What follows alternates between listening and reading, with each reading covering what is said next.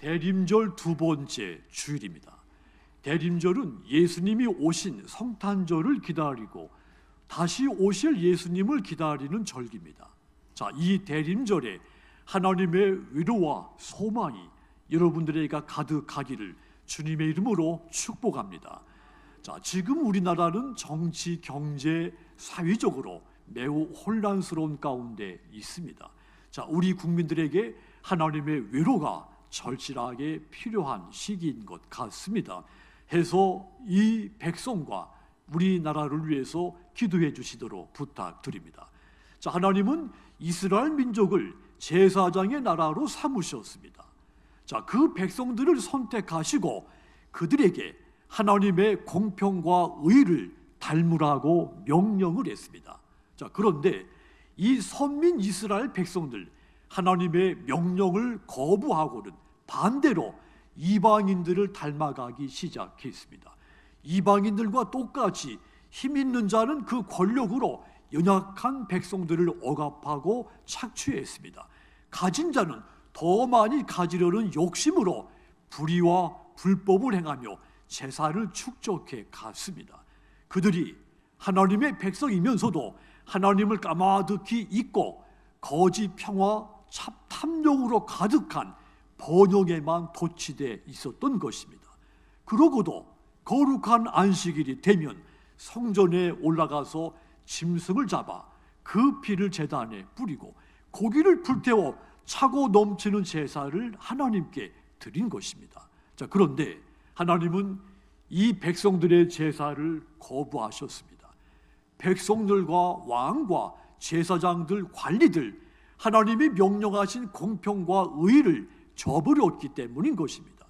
하나님을 가장 잘 알아야 할 백성들이 하나님을 가장 모르고 살고 있는 것입니다. 그래서 하나님은 이 백성들에게 심판을 내리지 않을 수가 없으셨습니다. 그때 이사야 선지자가 환상을 봅니다.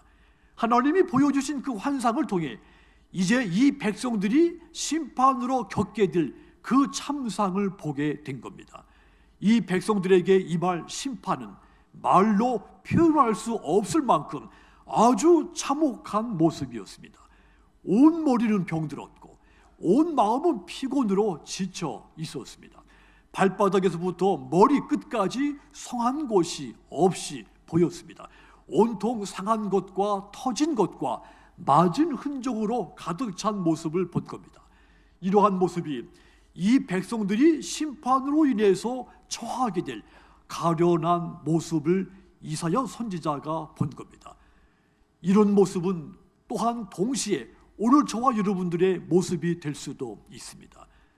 그런데 여러분, 오늘 구약의 말씀 이 본문에 보면 이 이사야 선지자가 그 처참하고 절망스러운 이 백성들에게 위로의 말씀을 선포해 줬습니다. 1절 보시면 너희 하나님이 이르시되 너희는 위로하라, 내 백성을 위로하라 했습니다. 자, 조금 전에 선포됐던 심판의 메시지가 바뀌어서 위로의 메시지로 달라진 겁니다. 왜 심판의 메시지가 위로의 메시지로 바뀌었을까요? 이스라엘 백성들이 하나님의 백성이기 때문인 겁니다. 하나님에게서 떠나고 우상을 숭배하고 부패하고 타락해서도 여전히 하나님의 백성이었기 때문에 하나님이 그래도 이 백성들 위로하고자 하신 것입니다. 여러분들은 위로를 받아본 경험이 있으십니까? 여러분들이 받아본 위로 가운데 가장 큰 위로가 되는 말 가운데 어떤 위로의 말이 있습니까?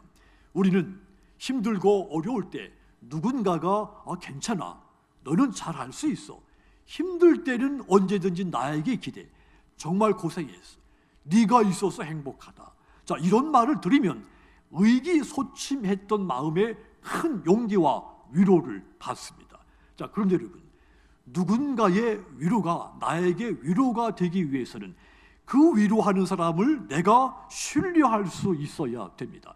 내가 신뢰하지 못하는 사람의 말은 천사의 말이라도 내게 위로가 되지 못하는 법입니다. 어린아이들, 자기가 신뢰하는 부모나 어른들을 의지를 하죠. 그래서 이 아이들이 놀라거나 고통스러운 일을 겪고 울고 있을 때 자기가 신뢰하는 부모나 어른이 자기에게 애정의 행동을 하면 곧바로 울음을 그칩니다. 안도의 숨을 쉬고 위로를 받습니다. 하지만 이 어린아이와 신뢰 관계가 없는 전혀 모르는 사람이 이 아이를 달래려고 하면 아이는 더 불안해져서 더 크게 울게 되는 겁니다. 오늘 우리가 받는 위로도 이와 같습니다. 위로하는 사람이 신뢰할 수 없는 사람일 때 어떤 말로도 그에게서 위로될 수가 없습니다. 그리고 위로는 또한 위로하는 사람의 말이 자기가 경험해서 얻은 말로 위로할 때 위로가 되는 법입니다. 막연하게 그냥 잘 될 거야, 누구나 다 그래, 다 고통을 겪는 것이야, 이런 말 가지고는 위로가 되지 않습니다. 위로해 주는 사람, 자신이 겪은 일을 솔직하고 구체적으로 말하면서 위로해 줄 때 그 말이 위로가 되는 겁니다. 동병상련이 통하는 겁니다. 나와 똑같은 병을 앓는 사람이 나를 위로할 때 내 병의 위로가 되는 겁니다. 그런데 여러분, 오늘 이 위로의 말씀을 선포하는 분이 누구입니까? 저와 여러분을 지으신 하나님이십니다. 나에 대해서 가장 잘 아시고 나를 가장 사랑하시는 하나님이 위로의 말씀을 주고 계신 겁니다. 그렇다면 여러분, 그분의 위로가 우리에게 그래서 진정한 위로가 되는 겁니다. 그렇다면 여러분, 내 백성을 위로하라. 이 하나님이 저와 여러분들을 어떻게 위로해 주시는 겁니까? 가장 먼저 영원한 말씀으로 위로해 주십니다. 이사야서 40장 6절과 7절 보시면 말하는 자의 소리여 이르되 외치라. 대답하되 내가 무엇이라 외치리까 하니 이르되 모든 육체는 풀이요 그의 모든 아름다움은 들의 꽃과 같으니 풀은 마르고 꽃이 시들면 여호와의 기울이 그 위에 불미라. 이 백성은 실로 풀이로다 그랬습니다. 우리가 육체의 아름다움을 자랑하고 또 내 몸에 걸쳐있는 이 화려한 옷을 자랑하고 살지만, 그러나 모든 육체는 풀과 꽃처럼 잠시 피었다가 시들어 버린다는 것입니다. 이 본문에 아름다움이라는 말이 나옵니다. 두 가지 의미로 쓰인 말입니다. 하나는 인간관계에서 필요한 예절, 예의를 뜻하는 말이고, 또 하나는 친절하고 긍휼히 여기는 마음을 뜻하는 단어로 쓰인 겁니다. 자, 그러니까 예의, 친절, 긍휼히 여기는 마음, 이 얼마나 아름다운 마음입니까? 그런데 이런 것들도 풀이나 꽃처럼 어느 날 마르고 시들고 만다는 말입니다. 영원하지 않다는 말입니다. 시들고 마르는 것이 육체만, 물질만 있는 것이 아니라는 말입니다. 그렇다면 여러분, 우리가 어디에서 진정한 위로를 받아야 되는 겁니까? 이사야서 40장 8절에서 위로를 받아야 되는 겁니다. 거기 보시면 함께 읽겠습니다. 풀은 마르고 영원히 서리라 하라. 아멘. 하나님의 말씀은 영원하다고 했습니다. 풀도 마르고 꽃도 마르지만 하나님의 말씀은 영원히 시들거나 마르지 않는다고 했습니다. 영원히 시들지 않고 마르지 않는 그 말씀으로 우리를 위로하시는 것입니다. 하나님의 말씀이 영원히 서리라. 그분의 말씀은 영원하고 불변하고 무한하다는 뜻입니다. 하나님의 말씀이 영원하고 불변해서 반드시 실현된다는 말입니다. 하나님이 그 말씀을 가지고 저와 여러분들, 이스라엘 백성들과 저와 여러분들을 위로하고 계신 겁니다. 사막에 열풍이 불어오면 풀은 마르고 꽃은 시들 수밖에 없습니다. 똑같이 그 사막의 열풍 가운데 시드는 풀과 마르는 풀과 같은 것이 오늘 또한 저와 여러분의 인생이 될 수도 있습니다. 하지만 여러분, 천지는 없어질지라도 하나님의 말씀은 영원하다고 했습니다. 그리고 그 말씀은 영원토록 우리에게 참된 위로가 된다고 했습니다. 그렇다면 하나님이 이 백성들에게 말씀으로 위로하신 내용이 무엇일까요? 노역이 끝났다는 말이었습니다. 2절 중간에 보면 그 노역의 때가 끝났노라 그랬습니다. 너희들이 힘들게 일하고 있는 그 노역이 이제 끝이 날 것이다. 이런 말을 들은 겁니다. 하나님의 심판으로 바벨론의 포로가 될 터인데 그때가 되면 하나님께서 이 백성들의 노역을 끝내시겠다는 겁니다. 이 말은 포로 생활에서 풀려나게 될 것이라는 말이죠.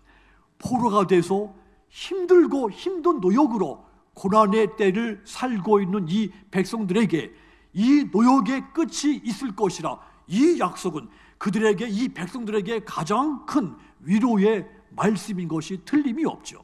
마찬가지입니다. 하나님은 고난의 터널을 지나면서 하나님 언제까지입니까? 언제까지 이 어두운 고난의 터널을 지나가야 됩니까?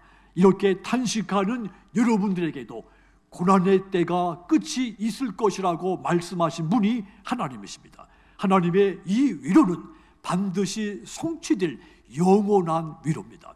모든 피조물은 유한합니다. 잠깐 있다가 사라지고 맙니다. 하지만 하나님이 위로하시는 말씀은 영원합니다. 그래서 하나님의 위로만이 저와 여러분들에게 참된 위로가 되는 겁니다. 그러므로 여러분, 세상이 혼란하고 흉흉하며 내 영혼이 어둠 깊은 곳에 갇혀있는 것 같아 할지라도 하나님의 영원한 말씀으로 위로를 받으셔서 예수님이 오신 성탄절을 기다리시고 다시 오실 그 예수님을 기다리시는 경건한 저와 여러분들이 모두 되시기를 주님의 이름으로 축복합니다. 또한 하나님은 우리를 어떻게 위로하십니까? 죄를 용서해서 위로해 주십니다. 죄가 있으면 어떤 말로도 위로가 될 수 없는 것입니다. 내 안에 모든 죄가 사죄받았을 때 그때서야 비로소 내 마음에 위로가 찾아오는 것입니다. 하나님은 이렇게 우리의 죄를 용서해서 위로해 주시는 겁니다. 2절을 보시면 너희는 예루살렘의 마음에 닿도록 말하며 그곳에게 외치라. 그 노역의 때가 끝났고 그 죄악이 사함을 받았느니라. 그의 모든 죄로 말미암아 여호와의 손에서 벌을 배나 받았느니라 그랬습니다. 오랫동안 바벨론의 압제에 시달리면서 유배 생활에 지친 이 이스라엘 백성들에게 이제 너희 노역이 끝나게 될 텐데, 그것은 너희 노역이 끝나게 되는 이것은 내가 너희들의 죄를 용서했기 때문이다, 이런 말입니다. 하나님께서 이 백성들의 죄를 용서해서 위로하신 것입니다. 그렇습니다. 하나님은 하나님의 백성들의 죄를 용서하시는 분이십니다. 이사야서 43장 25절 보면 나는 나를 위하여 네 허물을 도말하는 자니 네 죄를 기억하지 아니하리라 그랬습니다. 하나님은 죄와 허물을 도말하시는 분입니다. 도말한다는 말, 아무것도 남기지 않겠다는 것입니다. 하나님께서 백성들의 죄를 도말하셔서 조금도 점 하나라도 기억하지 않겠다는 뜻입니다. 자, 그러니까 이스라엘 백성들이 자신들의 죄를 자신들이 스스로 그 죄값을 치루었기 때문에 죄가 없어지고 노역이 끝이 난 것이 아닌 겁니다. 하나님 스스로 이 백성들의 죄악을 감당하시고 그들의 죄를 깨끗이 용서했기 때문에 그들의 노역이 끝이 나고 그들의 죄가 더 이상 없게 되어버린 겁니다. 백성들의 죄를 용서해서 그 절망에 빠진 백성들을 위로해 준 겁니다. 저와 여러분에게도 마찬가지입니다. 우리가 죄를 용서받은 것은 우리가 우리의 죄에 대해서 그 죄값을 우리 스스로 치루었기 때문이 아닙니다. 하나님이 우리의 죄를 스스로 지시고 용서하셨기 때문인 겁니다. 우리에게 독생자를 보내시고 그를 십자가에서 고난당하게 하시고 죽게 하신 것은 죄를 사랑하시고 죄를 용서하시는 하나님의 방식입니다. 이것이 하나님이 우리를 위로하시는 방식인 겁니다. 이렇게 죄를 용서해서 위로하시는 하나님은 자신의 백성들 향해서 너희는 내게로 오라고 부르셨습니다. 이사야서 55장 7절 보시면 악인은 그의 길을, 불의한 자는 그의 생각을 버리고 여호와께로 돌아오라. 그리하면 그가 긍휼히 여기시리라. 우리 하나님께로 돌아오라. 그가 너그럽게 용서하시리라 그랬습니다. 하나님이 백성들에게 내가 너희 죄를 모두 도말해서 조금도 기억하지 않을 터이니 죄를 회개하고 내게 돌아오라고 부르신 겁니다. 그러므로 여러분, 죄를 용서해서 위로하시는 하나님, 그분께 지금 이 순간에 돌아오시기를 바랍니다. 그리하여 대림절에 기쁜 마음으로 예수님이 오신 성탄절을 기다리시고 또다시 오실 그 예수님을 기다리시는 경건한 저와 여러분들 다 되시기를 주님의 이름으로 축복합니다. 또한 하나님은 우리를 어떻게 위로하실까요? 찾아오셔서 위로해 주시는 분입니다. 나는 가만히 있는데 주님이 내게 오셔서 절망에 빠지고 두려움에 빠져 있는 나를 위로해 주신 분입니다. 이사야서 40장 10절 보시면 보라, 주 여호와께서 장차 강한 자로 임하실 것이요 친히 그의 팔로 다스리실 것이라. 보라, 상급이 그에게 있고 보응이 그의 앞에 있으며 그랬습니다. 주 여호와께서 강한 자로 임할 것이며 오실 것이며 친히 그 팔로 다스릴 것이라 했습니다. 다스린다고 하는 말, 강력하게 너희들을 지배한다 이런 뜻이 아닙니다. 용서와 위로로 내가 너희들을 감싸주겠다는 말입니다. 강한 자로 오셔서 고통과 절망에 빠져있는 백성들 위로하실 것이라는 말인 겁니다. 그 강한 자로 오신 주 여호와 하나님은 인간이 돌과 나무로 만든 우상과 같은 분이 아닙니다. 오직 한 분이신 하나님이십니다. 이사야서 44장 6절은 그 증언입니다. 이스라엘의 왕 여호와, 이스라엘의 구원자인 만군의 여호와가 이같이 말하노라. 나는 처음이요 나는 마지막이라. 나 위에는 다른 신이 없느니라 그랬습니다. 고난 가운데 절망 속에 살고 있는 모든 사람들에게 찾아오셔서 참된 위로를 주실 분, 오직 창조주 하나님, 그 약속 영원토록 변함이 없으신 하나님 한 분밖에 없다는 뜻입니다. 내 백성을 위로하라. 이것은 오늘 본문의 서론에 해당이 됩니다. 너희는 하나님을 보라. 이것은 오늘 본문의 결론에 해당됩니다. 한마디로 우리는 위로를 받아야 되는 겁니다. 그런데 위로는 인간에게서 받을 수가 없습니다. 누군가가 내게 위로해 줘도 그것은 잠시 잠깐뿐입니다. 이 위로는 하나님을 바라볼 때 영원한 하나님의 위로가 내게 부어지게 되는 겁니다. 이사야서 40장 9절에 보면 아름다운 소식을 시온에 전하는 자여 너는 높은 산에 오르라. 아름다운 소식을 예루살렘에 전하는 자여 너는 힘써 소리를 높이라. 두려워하지 말고 소리를 높여 유다의 성읍들에게 이르기를, 따라합시다. 너희의 하나님을 보라. 아멘. 하나님을 보라고 했습니다. 여기 보면 아름다운 소식 두 가지 의미를 갖고 있는 단어입니다. 하나는 백성들이 예루살렘으로 돌아갈 것이라고 하는 소식을 뜻한 말이고, 또 한 가지는 장차 성육신해서 오실 예수님에 관한 소식, 이것을 아름다운 소식이라고 한 겁니다. 이스라엘 백성들, 그들에게는 지금 당장 그들에게 기쁘고 아름다운 소식은 고향으로 돌아가게 될 것이라고 하는 소식입니다. 그들에게 해방과 구원의 이 소식은 기쁘고 아름다운 소식임에 틀림이 없습니다. 하지만 여러분, 그들에게 기쁘고 아름다운 소식이 여기에 멈추면 그들은 중요한 것을 잃어버리고 말게 되는 겁니다. 그렇다면 그들에게 진정으로 기쁘고 아름다운 소식은 어떤 소식입니까? 예수님이 오신다는 소식입니다. 메시아가 탄생한다는 소식인 겁니다.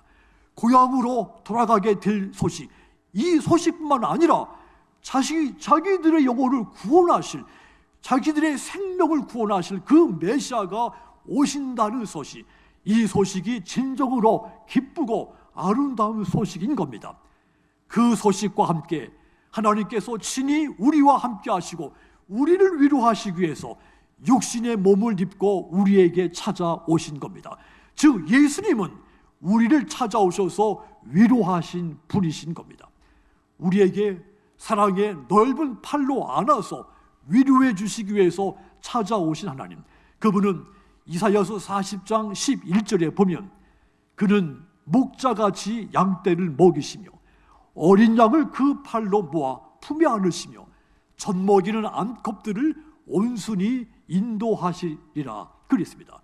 그가 오셔서 목자같이 양무리를 먹이시겠다 했습니다. 어린 양을 팔로 모아서 품에 안으시겠다 했습니다. 젖먹이는 암컷들 온순히 인도하시겠다 했습니다. 다시는 잔인한 맹수에게 어린 양들 뺏기는 일이 없게 할 것이고 슬퍼서 울어야 할 일을 없게 하게 하시겠다는 말인 겁니다. 그 하나님의 뜻에 따라서 구주로 우리에게 오신 그 예수님, 모든 죄를 십자가 아래로 초청하셨고 우리의 모든 죄를 친히 맡으셨습니다.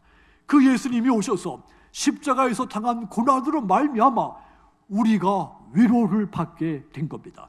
오늘 시작의 말씀 고린도후서 1장 5절은 그 증언입니다. 거기 보시면 우리 함께 읽겠습니다. 그리스도의 고난이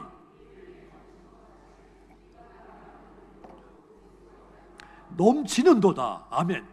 우리를 위해서 십자가에서 고난당하시고 죽으시고 부활하신 예수님, 우리를 위로하셨고 또다시 우리에게 오신다고 약속하신 겁니다. 그러므로 여러분, 어둡고 암담한 현실 속에서도 절망하지 말고 나를 찾아오셔서 위로하시는 그 하나님으로 말미암아 예수님이 오신 성탄절을 기다리시고 다시 오실 그 예수님을 기다리시는 경건한 저와 여러분 모두가 되시기를 주님의 이름으로 축원합니다. 사랑하는 성도 여러분, 대림절은 예수님이 오신 성탄절 기다리고 동시에 다시 오실 예수님을 기다리는 절기라고 했습니다. 대림절이 과거를 통해 현재를 회개하는 절기고 미래를 보며 현재에 깨어 있어야 하는 절기라는 뜻입니다. 이 대림절에 요곤한 말씀으로 위로하시고 죄를 용서해서 위로하시고 찾아오셔서 위로하시는 그 하나님을 바라보며 그분이 오시는 길을, 그의 길을 예비하시는 경건한 믿음의 저와 여러분들 모두가 되시기를 주님의 이름으로 축복합니다. 기도하겠습니다.